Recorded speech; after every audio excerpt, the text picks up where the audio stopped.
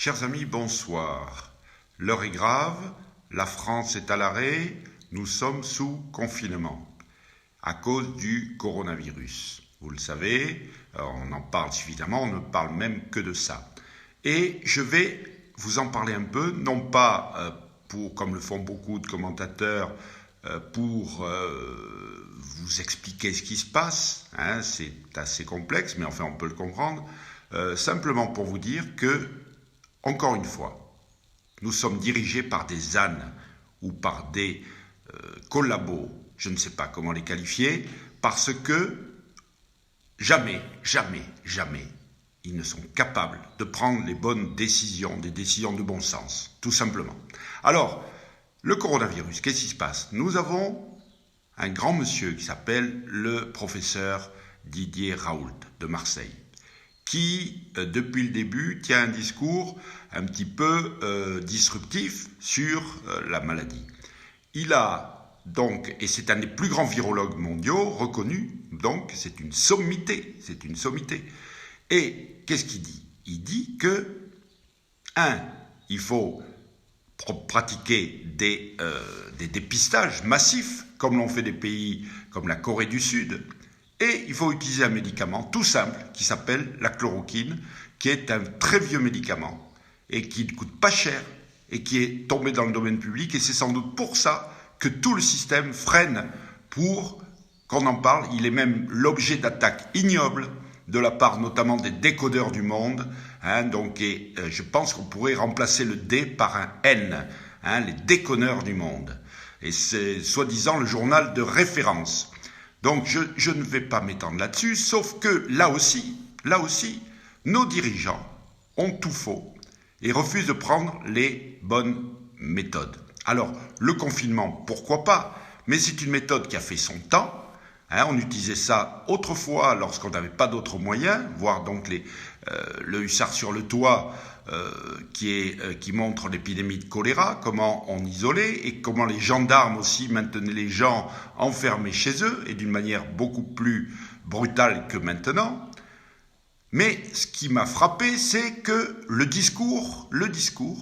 Alors, je ne reviendrai pas sur les palinodies de Madame Buzyn, donc il faudra peut-être, lorsque la crise sera finie, examiner tout ça devant les tribunaux, parce que c'est extrêmement grave, mais dans le discours du président, il a répété 5 fois « nous sommes en guerre », mais sans jamais nommer les choses.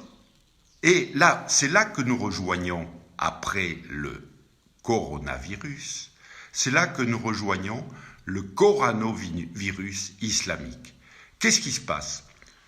Ce coronavirus, il est extrêmement mortel.